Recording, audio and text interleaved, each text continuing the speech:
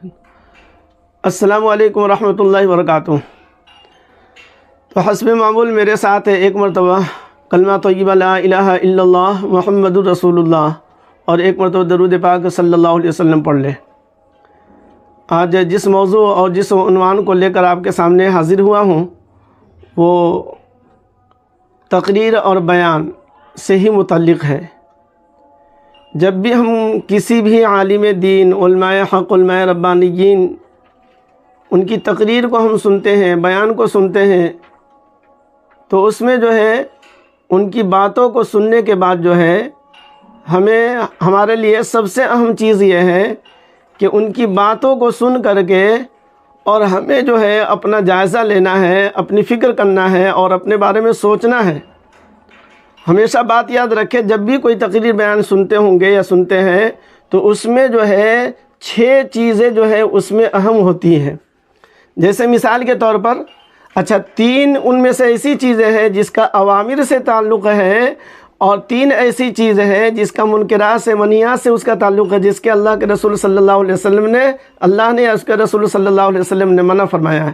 تو لہذا اس ویڈیو کے اندر خاص طور سے ان 3 چیزوں کا تذکرہ کریں گے، ان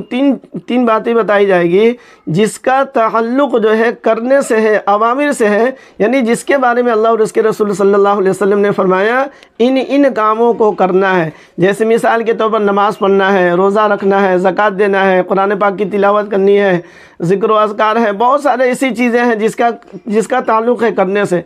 اگر ایسی بات آپ سن رہے ہیں تو آپ اپنے بارے میں خود جائزہ لیں۔ پہلی بات اس میں یہ ہے کہ یہ بات پہلے سے مجھے معلوم ہے کہ نہیں معلوم ہے۔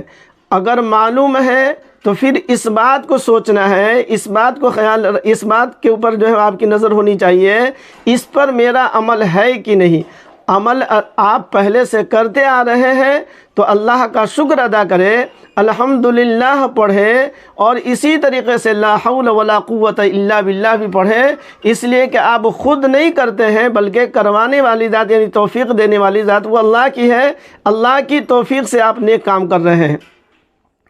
اور اگر ان چیزوں کو آپ پہلے سے نہیں معلوم تو ہے یا معلوم تو ہے لیکن آپ اس کے اوپر عمل نہیں کرتے ہیں، پھر جو ہے آپ کے دل کے اندر جو ہے شرمندگی ہونی چاہیے اور اس بات کو آپ سوچیں آخر جو ہے ان باتوں پر آج تک میں نے عمل کیوں نہیں کیا، بلکہ ایک مرتبہ نہیں، ہزاروں مرتبہ، ایک مرتبہ میں بیان میں اور تقریر میں اور ہمیشہ میں ان باتوں کو سنتا رہتا ہوں، لیکن آج تک میں جو ہے نماز کی فضیلت کو میں نے تو سنا لیکن نمازی نہیں بن سکا، اور قرآن کریم کی تلاوت کی فضیلت کو ہم نے سنا لیکن قرآن پڑھنے کی توفیق نہیں مل رہی ہے۔ تو آپ کو جو ہے یہاں پر دوسری بات آپ کے ذہن میں یہ ہونی چاہیے،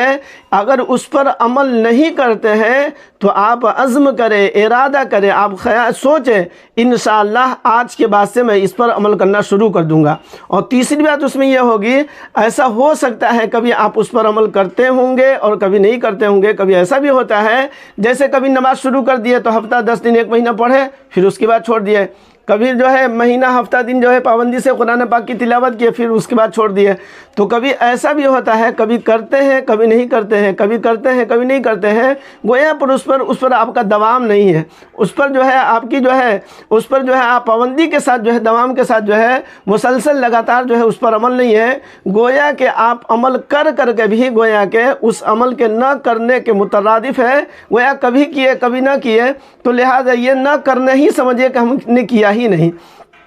تو بہرحال آپ کے دل میں یہ ہونی چاہیے کہ انشاءاللہ جو میں بات سن رہا ہوں عمل کی نیت سے سن رہا ہوں، عمل کروں گا تب انشاءاللہ ان 3 باتوں میں سے عمل کرتے ہیں تو الحمدللہ، نہیں کرتے ہیں تو اس پر بھی استغفار پڑھنا ہے، اور کبھی کرتے ہیں نہیں کرتے ہیں تو اس پر جو ہے استقامت، اس عمل کے اوپر جو ہے استقامت ہونی چاہیے اور دوام ہونی چاہیے، تاکہ اللہ تبارک و تعالیٰ کے نزدیک جو ہے ہم مقبول اور مبرور ہو، کہ اللہ تبارک و تعالیٰ کو وہ عمل بہت زیادہ پسند ہے جو تھوڑا ہو لیکن اس کے اندر جو ہے استقامت ہو، دوام ہو، لگاتار مسلسل آدمی عمل کرتا ہے، وہ اللہ کے نزدیک زیادہ معتبر ہے اور زیادہ پسندیدہ ہے۔ اللہ تبارک و تعالی ہر بیان کو سن کر کے اور ان باتوں پر اللہ تبارک و تعالی جن کا کرنے سے تعلق اس پر عمل کرنے کی اللہ توفیق عطا فرمائے، اور بری باتوں سے اللہ ہم سب کی حفاظت فرمائے، آمین ثم آمین۔